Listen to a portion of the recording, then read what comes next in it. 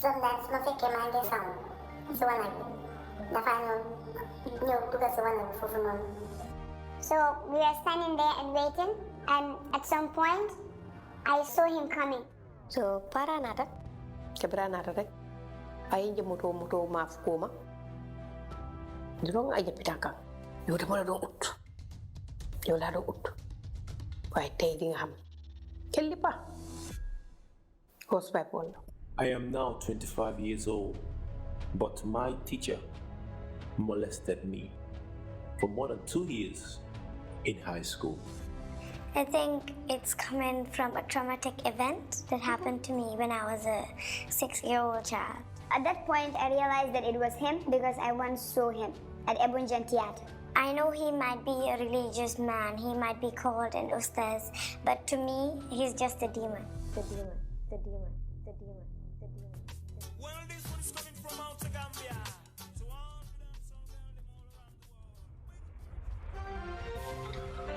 My name is Tufa Jallo. I am using my visibility to bring attention to violence that goes unaccounted for. We follow the stories of more than 10 women.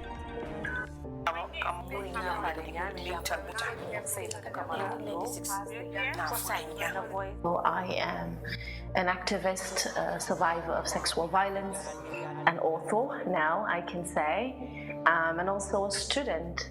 I am passionate about human rights and women's rights, to be more specific.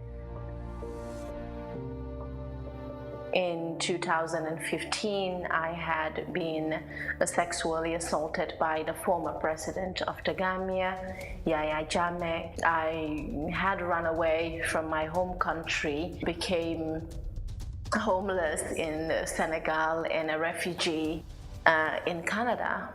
I remember what it was like to take that boat and get into the river and trying to decide where my fate lies and if this journey would yield any sort of safety for me. Prompt having a little boat because the ferry wasn't safe for me was a decision I don't know how I came to make, but I did.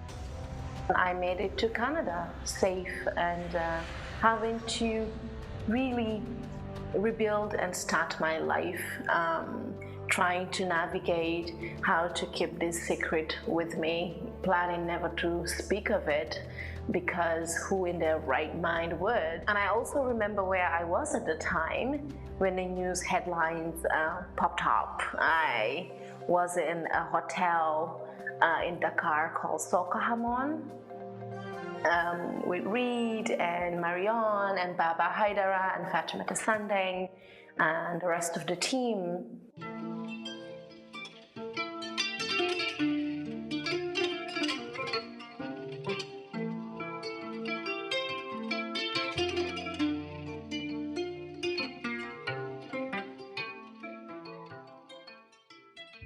Okay.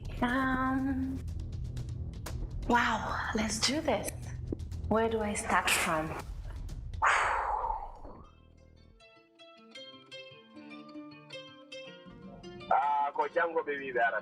Okay, because me sikuno ko hande kay. No. Jango baby, no. Okay, so probably you will be here maybe in the next 40 minutes. Yes, inshallah. Okay, no problem. Yes, all right. Okay, no problem. See you soon. Thank you. Bye. Okay, so we are at Mansour's home, the uncle to Kadi, and hopefully we spend some time together. I got introduced to this family thanks to a human rights activist in the diaspora. A woman rallied around the case, and I remember when it was brought to my attention, I immediately reached out to Mansour Bari. So when I heard about the story, or just read about it, I contacted the person who posted it. And I said, who is this person? What is the contact detail? What do we know so far? And the person said, I'm not so sure, but I'll get back to you with the number. I decided to visit because I think it's important to bring visibility around Kadi's story. I was shocked though when I spoke with you to realize that this is not a current issue? I thought it was. It was going for the past months. And so who are you to her? Uncle. An uncle. Yes. From you were related with the mother. With the mother, yes. Exactly. Yes. Okay. This is a reintroduction to who these people are, in the way they talk and laugh, and their convictions and what they believe in. Dumbia Johnson Lee.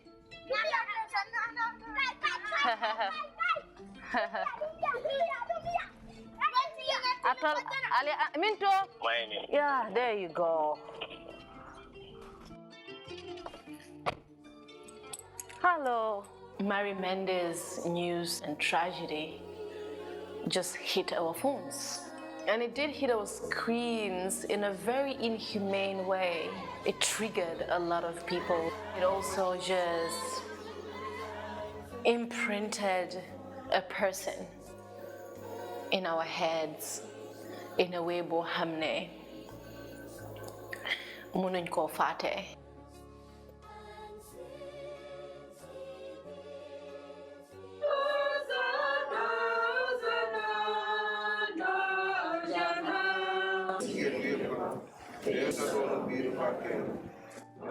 Man may osevi man may papi Mary Mendy ko gena aduna.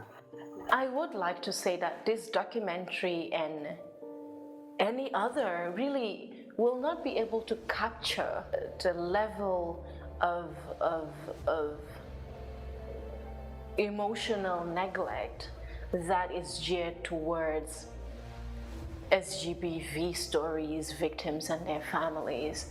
This documentary is unable to cover the many, many, many stories that I couldn't possibly insert into this documentary. The time and moments and laughter and joy and crying that I have experienced with these families cannot possibly fit into a documentary because they have full lives. You can't squeeze that into audio-visual content, and I thought it was really important to say that.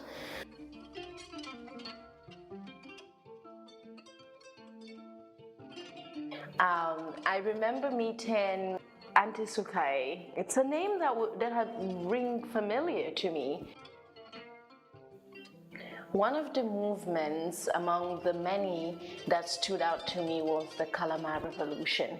And there were certain names that were just at the forefront of that. There was something powerful and strong and different with seeing Gambian women in the streets with things that we will usually use in our homes, but they symbolize so much depending on how you use them. You know, the usage of the calabash and the broom to kind of signify sweeping away dictatorship and everything that the ex-dictator stood for. Kalama Revolution. Auntie Sukai was among the women who were punished for having a voice. They were taken along with the other women and the entire group that came out from the United Democratic Party to ask for and demand the return of one of their executives who was tortured to death. Mr. Solo Sandeng.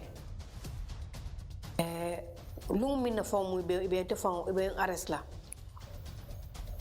because ni ajibe wolum intanu mo jamal le makoy kan one like even Binta Nyabali. Nyabali. She brings a smile to my face because what a woman. So, a lot of time we'll follow more later in Jumat. Okay. Njeto mo Bintu Nyabaleti. Nka minke wolong business oti.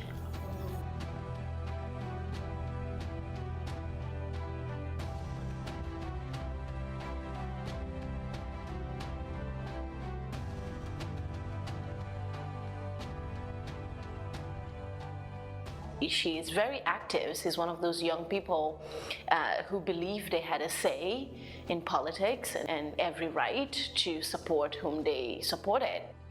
2001, bitaka meeting all talending. You said that you were going for a meeting. What kind of meeting? Kata political meeting all.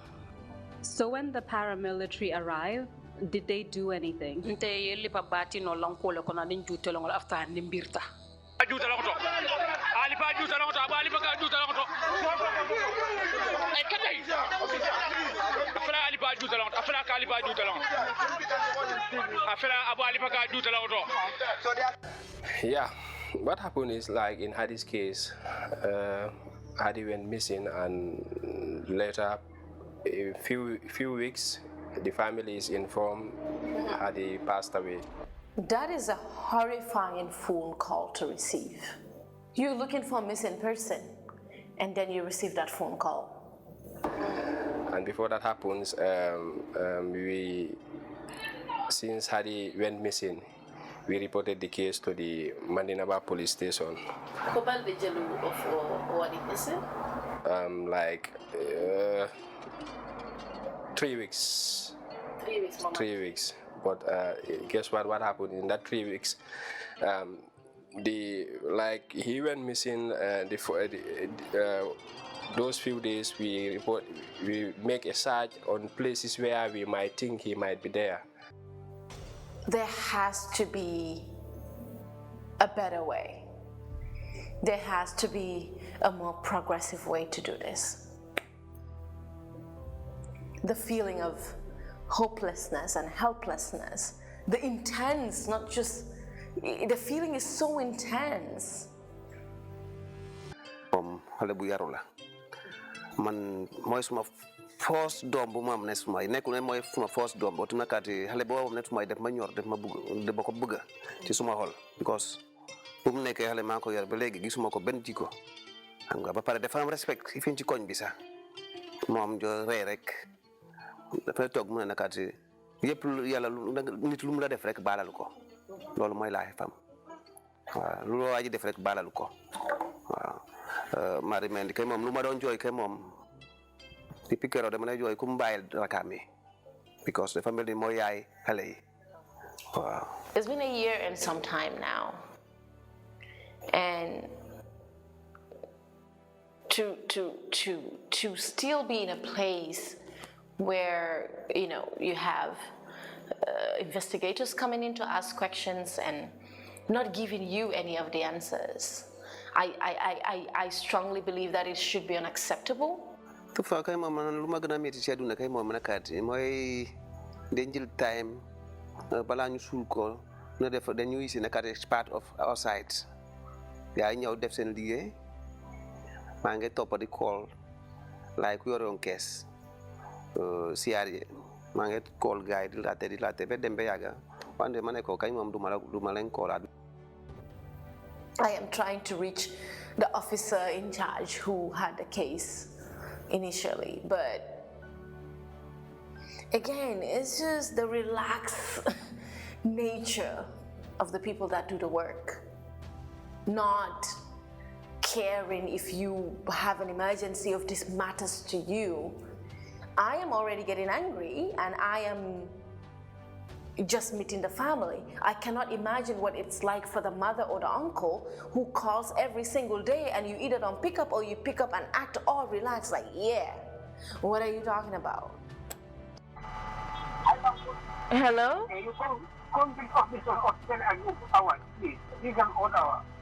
No, it's okay, I can come. Is tomorrow okay? What time?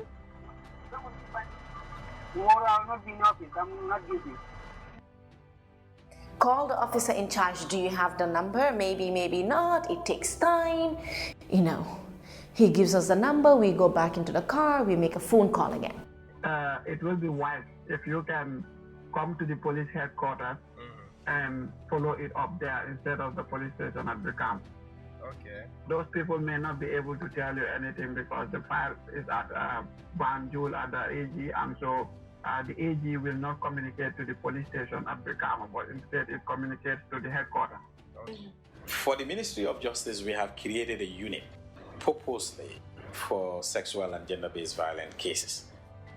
I think what we need to do is we will encourage the police also to have that kind of unit within the police, so that this kind of follow-up issues will be easier. Even you don't necessarily even have to pursue the police stations. Once you contact the unit, the police, because they operate in a command system, you only need to tell them the community where the suspected offense was committed. They will be able to trace it to the police station, and that unit will be able to monitor the movement of the file at any given in time, because that will be their specialization.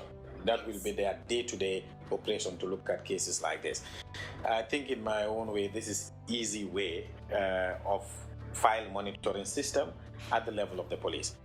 So I think I will encourage the IGP to set up a similar unit so that relatives or victims of sexual or gender-based violent cases will only have to have those numbers. They don't necessarily have to have the officers' numbers at various police stations or at various regions. They just need to call that unit, and that unit should be able to provide up-to-date information as to the stage of the investigation regarding those cases. I think that could be one way of resolving this problem, because it's difficult for a victim to understand the movement of the files and at any point in time to try to trace where the file is and who is the contact person in that given office.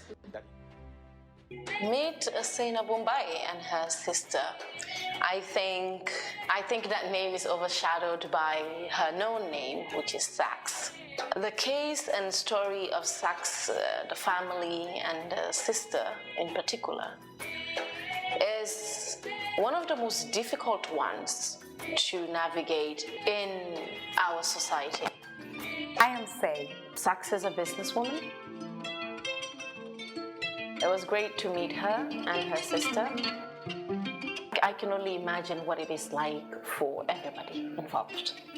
amoon na bés boo xamante ne boobu maa moom kese ñoo fa nekkoon ak xale parce que nekk fa si dafa génn so dama jógee study bu ma ñëw si kër bi fekk si yoo fa dem xew si ñëwagul waaye koloon naa ko mu ne moom mu si yoon yi ñëw si so bu ma ñëwee fekk ma ñëw rek tëdda ma bàyyi xale ñu dem ak moom si biir si néegam man ma dem ma tëdda so bu mu doon dugg si néegam si suma néeg yëgguma ko ba bu mu daanoo suma kaw si laa ko yëg si laa tiit ma jóg ay xaw ma woon ne moom la parce que laay amutoon lampa baa ngi fay waaye comme bu mu waxee pour ma ibu suma tànkay si laa xam ne moom la ma bañ bëgguma woon ne ibu suma tànkay bu maa forcé maa doon try pour bu ibu suma tànkay mu ngi téye suma loxo si gannaaw maa doon bañ ba ma soona noonu laa ko bàyyi. A lot of the melting points in the story are very sensitive to our society. The idea of marriage and the bond of sisterhood and chaos of social media and fanfare, and then a little sprinkle of political affiliation. I was like, Mom, can you just excuse us? Sister to sister. Yes. I sat her down. I said, please, if I did anything to you, forgive me. If was it anything to you, forgive me. I know you have witnessed him abuse me, not once, not twice. Maybe you murdered him. But please, like, even if you're gonna bring a dog and tell me it's the father of your child, do that. I will accept it. Yeah. But not my husband, please. Yeah. And then, please broke that like it was crying. Like, I just wish this was a dream. Like, I just want to sleep and wake up and all this was gone. I just can't help it. It takes a lot to get to a place to want people in this society to even know that has happened, because you know you will be blamed for a huge chunk of it. You are going to be blamed for, I don't know, allowing it to happen, and then hated for reporting it, because once you do that, you are out of the good wives league. Because what a good wife is supposed to do is not believe and to protect the husband at all cost. It was very difficult because these two people are two people that you should protect. Yeah, at all times. At all time. Yeah. This is your spouse. Mm-hmm. If they have problems, you are the first person they have to run to. Yes. You're the one that should comfort them. You're the one that should fight for them. Mm-hmm. And you have this other person that is your younger sister that knows nobody but you. She was with you since when she was 9. She literally knows nobody but you. So you are a guardian here. You have to protect her. There were so many confrontations outside of this documentary, but one that really stands out and I wanted to share without interruption is that of Mamadou Lamin Sow. I am Mamadou Lamin Sow, but I am well known by my pen name, Mamadou Lamin Age Al Musa Sow. I am an author and a scholar. I write for a living. The man is in his 30s and he is the secretary of the Writers Association of the Gambia. I confronted him. I was so mad. I still am. This award that I was launching my book about 2 weeks ago, something like that. That makes you very powerful and prestigious and... No, I've been writing since I know. 14, so I'm still on the writing game. I left the camera about 1918 or so. I stay in Bakau here, Cape Town, around the craft market, also on the... Yeah. Not far from the beach. I used to work at the Ministry of Tourism before I traveled at the National Center for Arts and Culture. By then I was SG of the Writers Association. But you know, Gambia, when you have talent, you are in such positions, they put you in trouble. I was in that mess of sexual harassment. Oh, that's actually why I'm here. Exactly, you see. So since then, I decided to just let go and focus on my personal work. Let go. I am disappointed because I think you know that I'm very passionate about that issue. And yeah, and it just begs the question of, when do you ever think you will be held accountable? I needed to look at you in the eyes and ask that question. That was just... No, don't do that. You know don't when do something that. happened and like it happened purposely to tarnish your image. Don't do that. You let your work down. Don't do that. That was purposely why it happened. I met him. We used to have a drama and poetry club in our school before. So our mentor decided to take us to the Ebunjan Theatre because it was the first time we are going to visit there. What happened was he was planning this gradually. Yeah, because this was a poetry competition that was online during the first lockdown that we had in the Gambia. So then I was not going to school at the moment, and then my mentor sent me a flyer saying that this is a poetry competition, an online poetry competition, and he said I should try it out. So I told him that I was not ready because the day was somehow close. But then, because he was my mentor, I just tried my best to do it. So then the thing was, I will have to write a poem of my own, and from there I will memorize it and make a video. So after making the video, I will use one of the numbers on the flyer to send it to. So when I did that, I find out that that man was part of the judges. So being part of the judges, there was this group that was created involving all the participants. So then I was also part of it. So that was the place the man took my number and texted me. Sincerely, I owe them more than an apology for my mistakes, for everything I've done wrong to them. So when he locked his door, that was the moment I knew exactly that what I was thinking is becoming true. And then I have to take action. So as he locked the door, just turning back, I just ran and then just opened it. And then he held my hand and said, wait, I want to talk to you. Then I told him no. He said he was trying to force me by trying to pull me inside, but then I hit his hand and then just ran out. Took my little sister and ran to the gate. I thought that the gate was closed, but luckily it was open. So we just ran out and then took a car and came back home. I felt it, I felt sad, it affected my well-being, it affected me so much. And I knew I was the perpetrator. And I hurt their feelings. I hurt them in a way that they never expected. And most of them look up to me as a role model. And I hope they will find space in their hearts to forgive me for what I have done to them. And sincerely, I deeply regret my actions against them. And I think this is why I come publicly to sincerely apologize to them, to understand that I learned from my mistakes to become a better human being, to join them and other people who are also working towards something like this, to make sure that we approach perpetrators and let this be a lesson for them to learn from. He's an author, ex-Secretary General to the Writers Association of the Gambia. A position I tell him is powerful. Someone I knew when I was much younger. And I wanted our society to be privy. And I wanted our society to have an opportunity to hear from someone who was taking advantage of their power. Can we acknowledge the women who need you?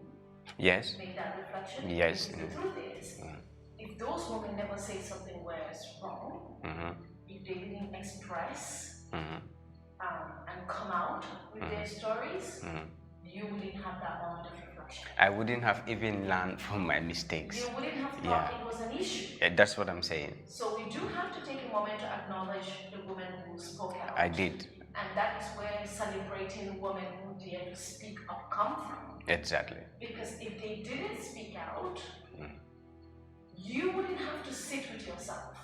True. Because over the years, actually a woman who spoke up did you a favor. Exactly. Adun tanang dorong kay sonko aku la ko hay lili bojan kay ko sonko aku abulo la dato do fana kay sonko abulo la dato afindi tata because amamira ko abe molon tellon nade amamira ko abentel lonna amamira fana ka bentel jelew la Mol bi jela ni lo. ha sabira tata anata ko teke kabra nata akoye bo bunda mutayo bunda ni soro akoye bunda ni soro Biamira yo fo jene kamba. birayo fo nte hakilo tata dami wala mu ni kewol ilafta mul mutra pour que mul sam pour rep So now I have to look at song about protecting. ha Because I had suited. ha inteliata suti. So instead of I have to be visually to one kind more rape, I don't know what did uncle now. So I'll be now so. Na biri anata nyamin rek aku sojar ke ol mu bebi aku be findi banda aku be findi bandodo wol be findi da bandodo kabiri findi banda aku wolena musolena wolena konto wolna to konto amiol sorry paral wole bunda sorong e bunda sorong ni man bunda sorong wolu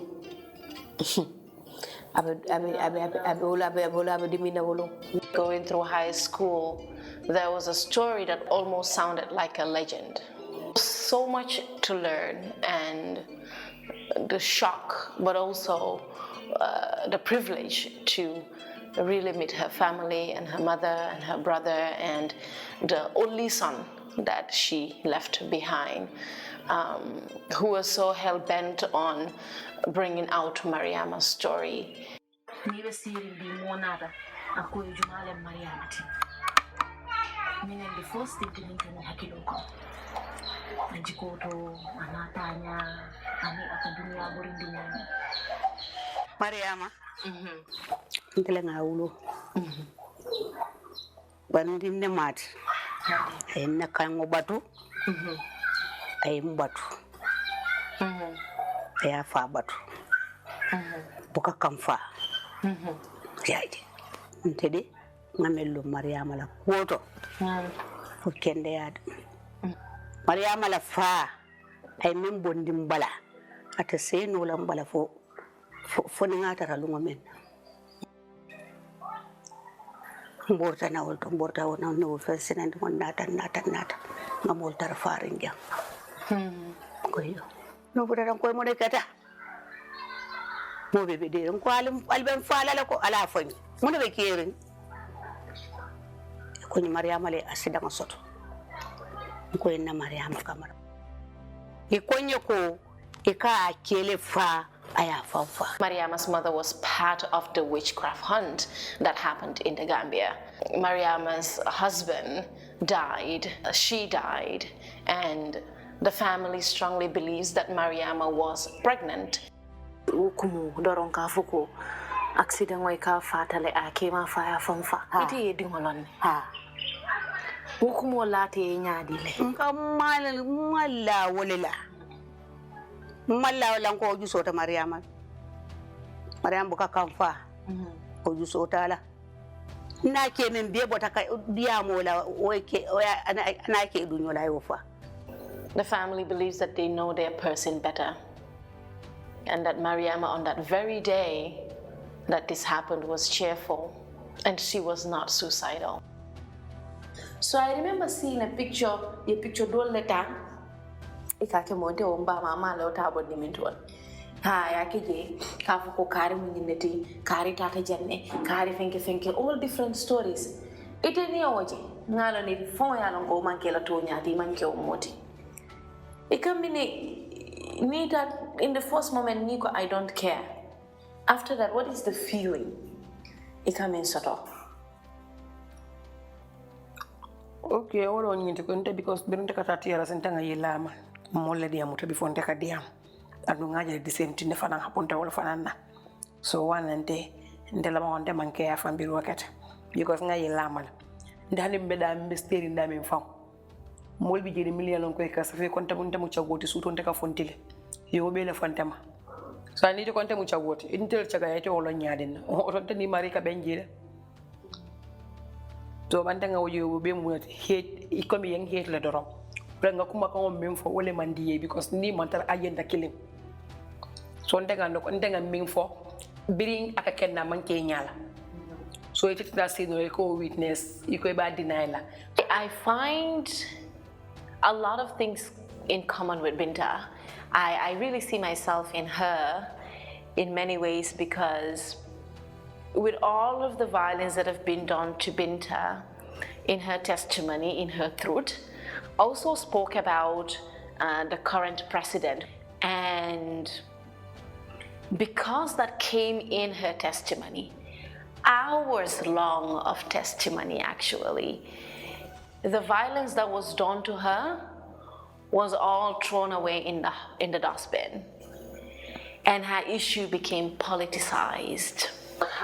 And then what happens after a few weeks, a week, something like, not, what he realized, Ali was detained at Mandinaba police station, but at the later part, actually, how things transpired. And they meet, on the behind bars at Mandinaba police station. But what we realize, that Dunkari Yatani high weeks, Ali is working free. So as at now, community ma all and the what causes that Ali is going free on the street like that, we don't know. We went on a search for Aliu. Hello. Hello. Hey, Kex. How are you? It's Tufa Jalo. Hey, you're Tufa, you're lost there. Looking for someone who is said to be from the village. One they are saying he's from Kabada, and the others are saying he's from Nyamina. But I believe more in the Nyamina narrative. So I'm trying to call you to ask if you know anybody, who works, it's like a car owner that they drive or apparentela dal. The name is Aliu Jao and has a nickname called Atapai. I don't know Atapai. Or if I know the exact village, I will definitely be able to identify it. So then what we will do is, that's my phone, like some papa popular nega. It's okay with me. Okay. Or I can direct you. We are trying to figure out where he's at. He continues to run every single time he knows that we are on to him. I have spent some time at the Brikama garage. I have kept in touch with other drivers that stay at the garage to make sure they let me know whenever he's there. He has several numbers, Senegalese, Gambian, because he's very close to the border, and all he has to do is cross over.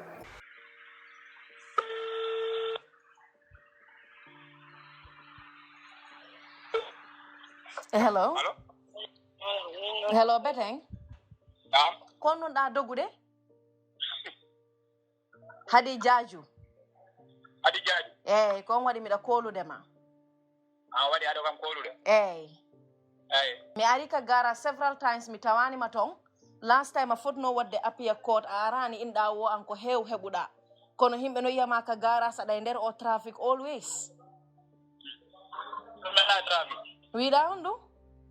Maybe 4 months more than traffic. Ala me my traffic. Before that incident, at the evening time, what time will I end the call? After that, I was Jahano of Akavana this year, okay, did a salva yosora. Come, Tim Catuno, Tonio, and come phone terror. What time by that time, around 15. Okay. Bold. Okay. So, covering now composition also. I can't go. This year, the salva yosora. So, Aman sounds sad. So, no, I was happy never joke and none of that time. Cabrio for there is no never impossible. Come in the Bama, I came off from far. They got more than it. And they mean a very deminent incident happened. That was Yalam Sirong Bandajan. That is Saturday one of Sirandala. So, that a compound older, Yankee Nola. So, Mfraji Namway. Mirno sister was here about Foka. Go being a moire banyum stay house. Musudola Soja Muswa came off from far. But Soja Musofana. Okonan Kirip about negative Kumul Foga. Adiminani. Near come the mom patients and then I don't have respect. But this time I will change totally. Because now mind absent mind and then I will be frustrated. I believe we were in the same shoe in some way. Mariama had nobody to speak to. Mariama was a soldier who wanted to serve her country. And to know that Yaya Jammeh had pursued her and talked about marrying her and showed interest in her is a very familiar story to me. And to think that she will be left alone if she just gets married. And then to be struck with the reality that that does not stop someone like Yaya Jammeh. And to continue to try to navigate her marriage and work and relationships. And to carry with her a secret I can only imagine was so hard to share. And the only person that got a little bit of access to understand or hear from Mariama is her brother. And even with that, in little detail.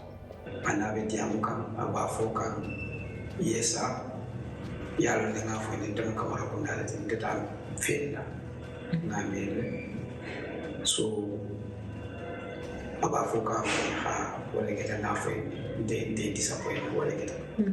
but academia, Bukola voice, I don't know any medium. So, Brahma, comme comme papa yati ngako ini dua media mo te kati amani ina kilo wala oga ka juma ko gati woni ete wala min ko ngako dum so yalla dum so yalla na wi ko no understand ako ni ko president ngako mariam ngako ayu serious ite ni ya jabele ti amukante ako nya fo ne ngako na mo possible because the status is too high for him to just be calling somebody randomly directly. Yes, I understand. Possible. Gideon so the like yes, for the president. Yes, the president get a call direct. Another time, I met a woman that I visit Kotenke. I call so to Kotenke. To meet I call so to Kotenke. I will call Diamu about fly for years.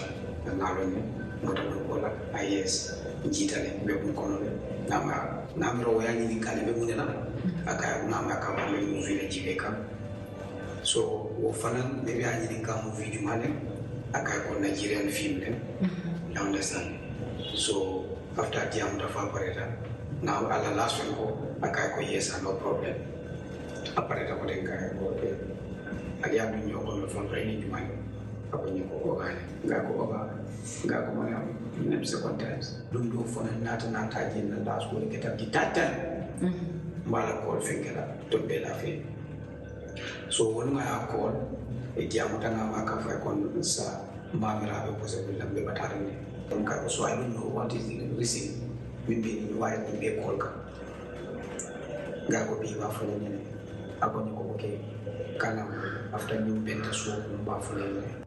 They are desperate to erase the image of Mariama that was painted for the general public.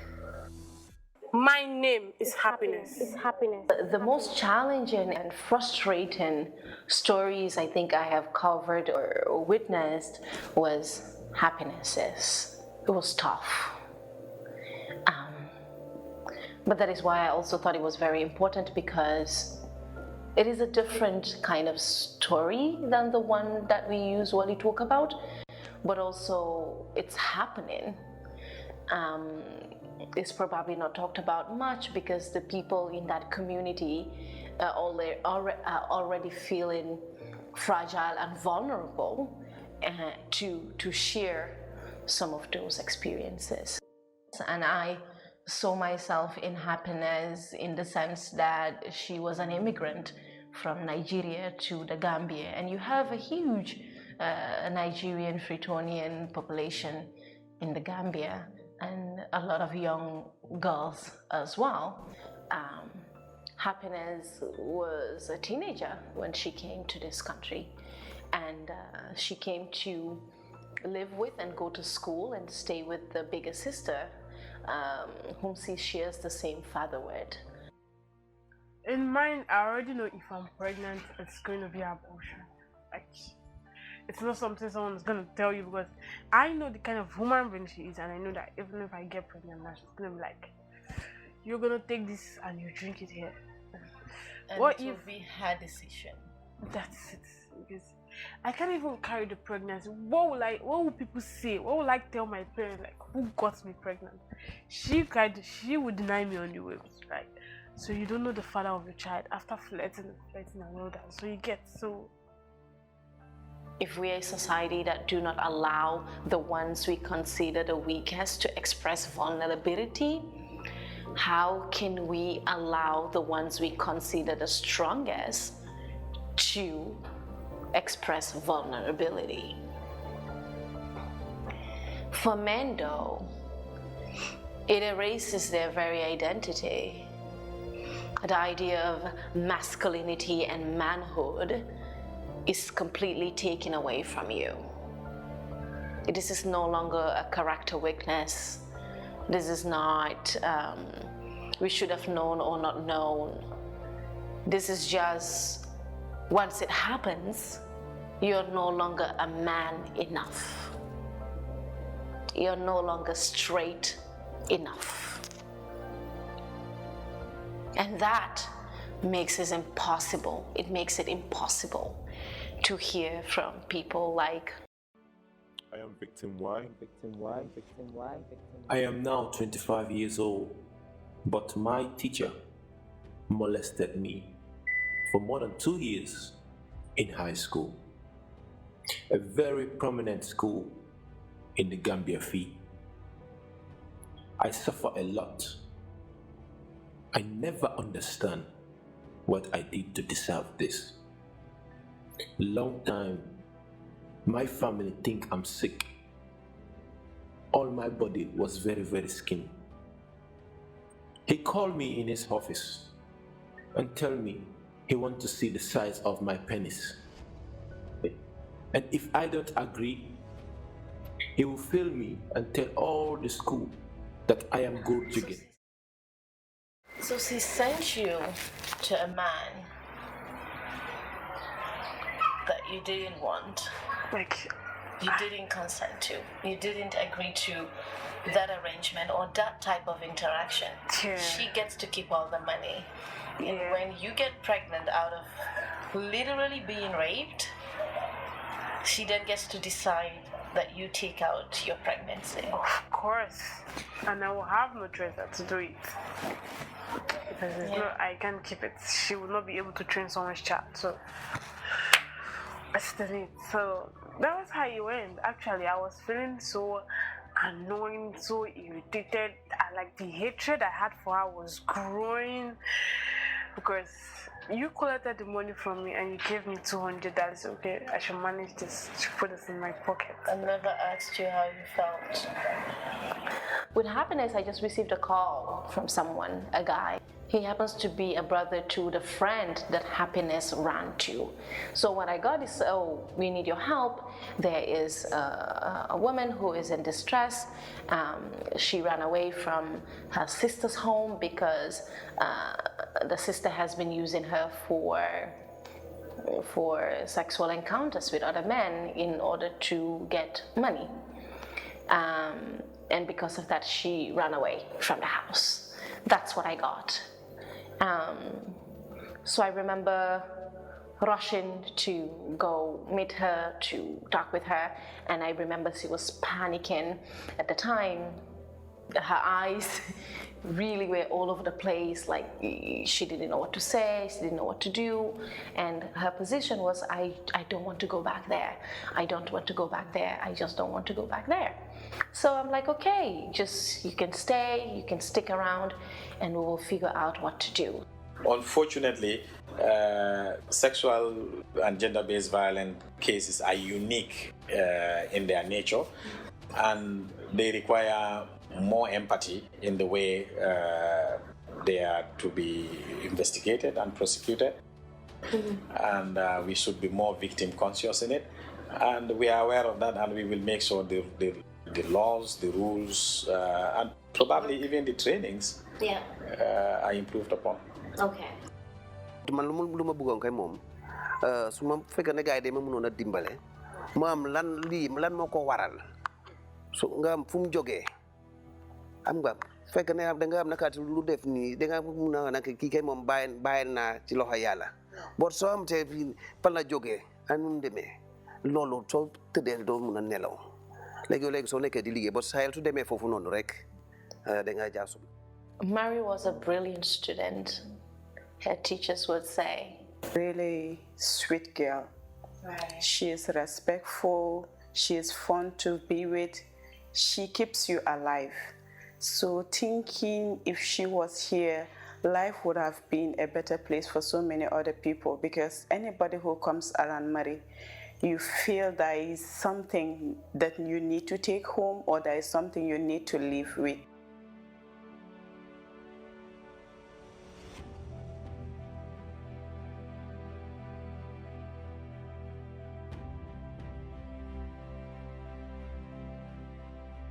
My name is Fatu Jeng. I'm a visible survivor. I'm a gender activist and a youth worker. Fatu Jeng is an activist full-time, a women's rights defender. I really wanted to include her in this documentary because a lot of young people look up to her for the great work that she does. She is an amazing human being, and I remember watching her put her face out there in an advocacy video to talk about the violence that have been done to her.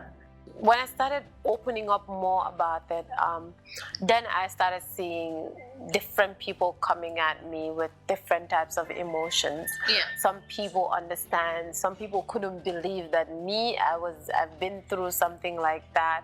Other people were like, oh my God, exactly the feelings that I did not need. Because I'm very emotional as well. So once people throw that type of pity at me, I end up crying, or I end up getting devastated about everything, which may not even be necessary sometimes. So I think people need to be careful as well, because it is okay to feel sorry for people, but the type of sorry that we give out sometimes actually it's not really helpful.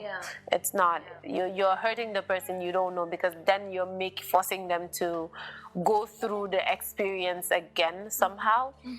So I think it's okay to just be nice, make them understand you care and you'll be there for them, but just don't make them feel like, this has made you any less of a person. Exactly. Assalamu alaikum.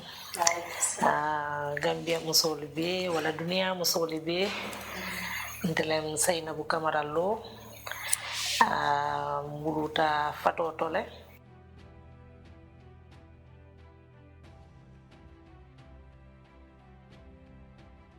Botin tata fono la fay lañu yale bang fay man lañu ya bang man tara man fen fen din kalamuta yo kenatu mo min tata yam fay mbaleto kono mo fenke dol be da amete yam fay mbaleto kono tambite tata so say be ngamere be fure bondol le be furol tombo kanka furol samba yen samba yen nim furol be samba dula kilin yen nim furol be pak dula kilin ne furol be da amento yam pak kol woneto nos musol ko ikana pour ka furol ta ke frish but before you dundi frizo ko ngamira ke level so ya level already ya level mbalo bala ko number 3 so nyanta dunna frish number 3 le kono.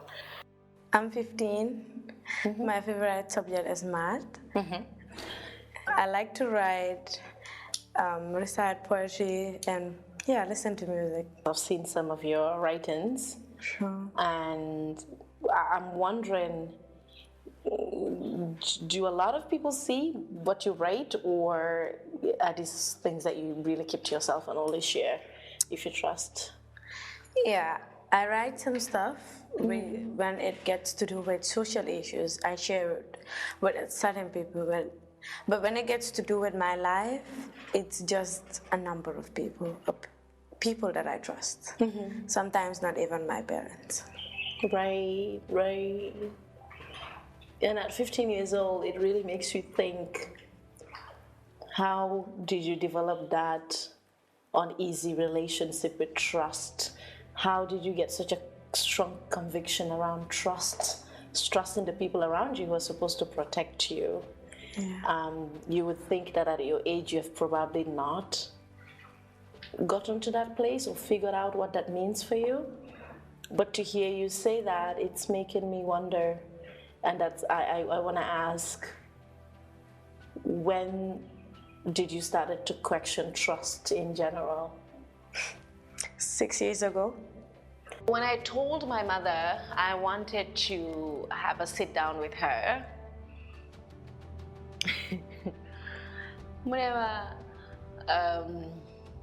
yow yaa may dugal si lu nekk baalal ma rek man mun ma waxi tele. And I wouldn't have brought her in, but I thought it was fair to kind of hear from a mother who is still around and has her daughter speaking visibly about SGBV. And to give her her fair share in joining us in conversation, and I thought this was a great opportunity. As your daughter, I think some conversations we've had and some we haven't.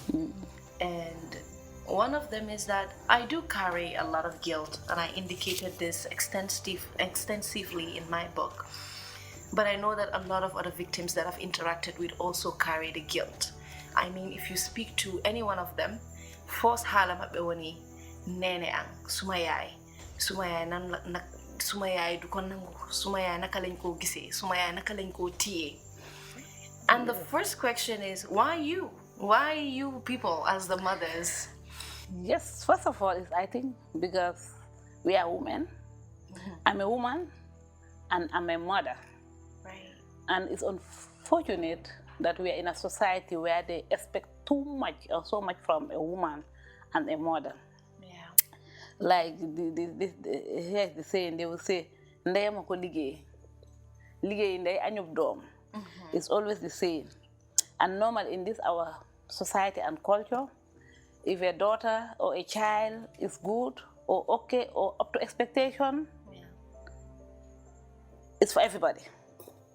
But if a child is otherwise, not up to expectation, Against the norm. against the norms of the societies, the rules we have as a society, ndeyama ko liggéey is the mom. So I think as mothers we have a lot of burden, we have a lot of responsibilities at the end of the day. More than the fathers too. Anyway, at the end of the day, you'll always carry your father's surname as the Jalo, but you have so much on the shoulders of a woman and so much on the shoulders of a mother in the societies in which we find ourselves. Yeah. Where do you think that is coming from? I think it's coming from a traumatic event that happened to me when I was That is like a small mosque, but there was a small toilet that was opposite it. So he asked me to pick up a kettle of water and come and meet him there. I went to fetch the kettle of water, went inside the toilet and met him there.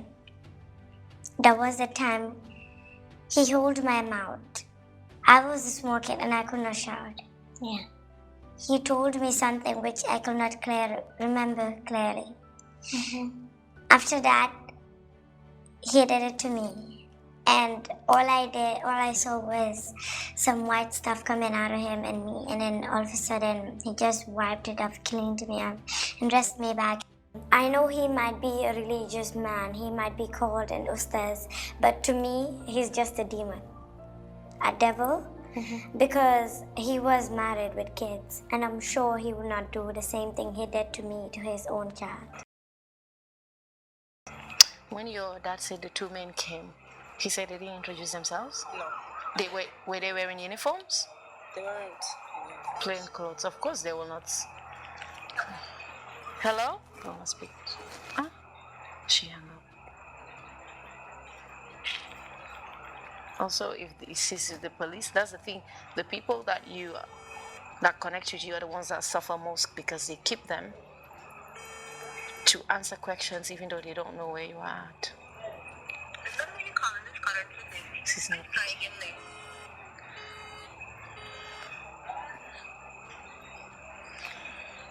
Did she just leave the house? Yes. Is the teacher picking up? No?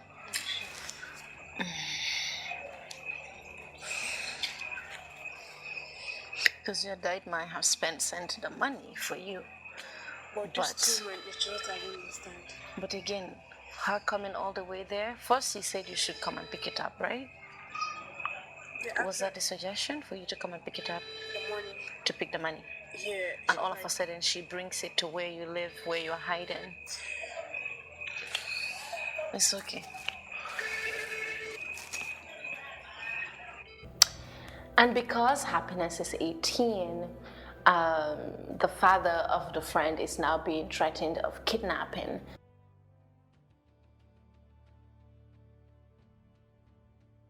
I've been told that there are some police officers that came to the house, and so we're just going there to see if they're still there, if they're going to come back. It's also important to talk to the parents who have been there and have been with Happiness all these days. It was such a dilemma because at this time, I need to go to the police station. I have to go to the police station. I have to go and see the parents of the friend to understand what happened with them.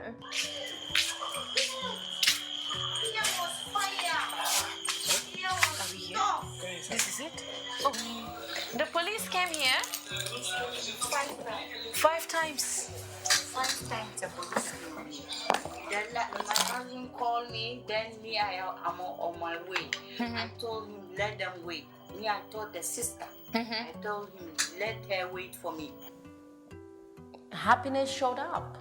You know, the sister of Happiness showed up. The husband showed up as well. And it was a lot of back and forth, you know, for days on end. The sister's husband and the sister do not want to press charges on theft anymore. They just want to have her back at the house. And she's saying, I would rather die than go back to that house. I am not doing that. I am not doing that. They say that she has to go back to Nigeria then. And that was kind of the middle ground. And for me, that's deporting her back. And it's to say, if you cannot stay with us, you cannot continue to stay here and keep talking. You go back, you know. And that going back, was it also to be the easiest, because calls have been made, you know, the family have been told, the mother and the father have been told that, you know, your daughter is a thief and a prostitute. All of these many things that make that relationships is going to also difficult. There we go. Hello. Can you hear me now? Yeah, I can hear you. You look good though. I know you don't feel good, but you look good. Yeah, thank you. So have you spoken to your dad? Yeah, we've talked. Okay. Just once in a while. How do you like it in the village? It's good here. It's cool here. There's no one to pressurize me, throw words at me, you know? You're there with your grandmother? Yeah, very, very. That's good. I have been following this case, I think, far too long. And just to summarize everything, we the family of late Hadi Jaju, that's the mothers and the brothers and the uncles, we, as of now, we cannot say anything about this case because we are not being informed by those authorities that are handling this case, which makes us to be very, very disappointed about whether we don't even know whether this case is proceeding or not. We cannot, yes. And initially what we understand from the day this case was reported at the Mandinaba police station, we were meant to understand that this was a capital offense. And due to our understanding, a capital offense under the law of this land is unbailable. So where Aliu is having those, we are just not understanding what is going on. These stories don't end. They don't stop because you stopped watching. They just don't. And that is the reality. I hope we find strength in their voices and their sound. I hope we find strength in their stories, in their quest for survival. I hope we include their viewpoints in our recommendations towards a new Gambia. I hope their experiences are valid, and I hope their narratives are the new headline.